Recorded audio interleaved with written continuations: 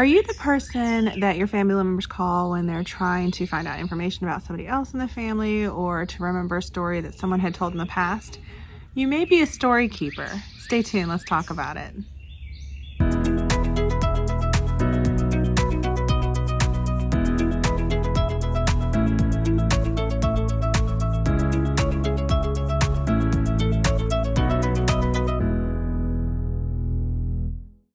Hi everybody, welcome back to another video by Pan Society. I'm Cherie, and today I want to talk about story keeping.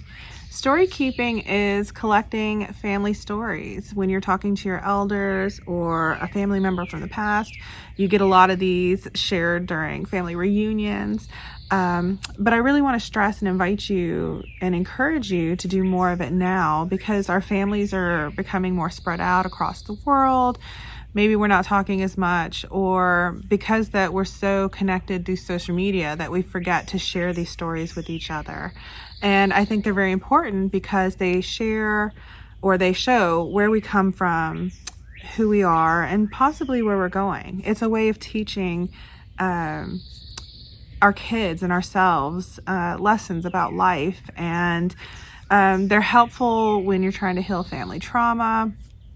But also it shares all the love and laughter and trials and tribulations that your family has gone through.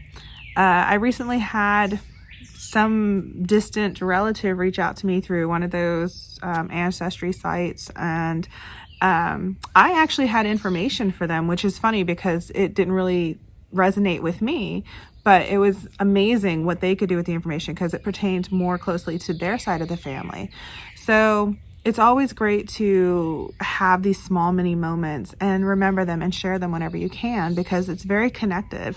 And it reminded me on a broader picture on how much we are all connected to each other, and we might have something that might be helpful for someone else.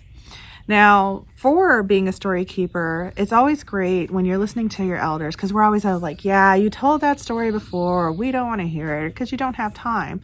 But the thing is, make that time, because one, you might not have much time after that, but also those stories evolve and change. You get a little bit more detail, or as you grow older, the meaning of that story changes for you. So there's so many things that can happen here.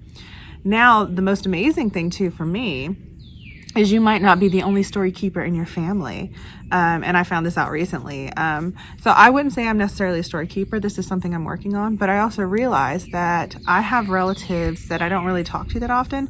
When I reached out, they had amazing stories about my family that I had no idea. And when I say my family, like my mom and my dad, because they never told me, but they had a version and an image that I didn't have. So that was really cool.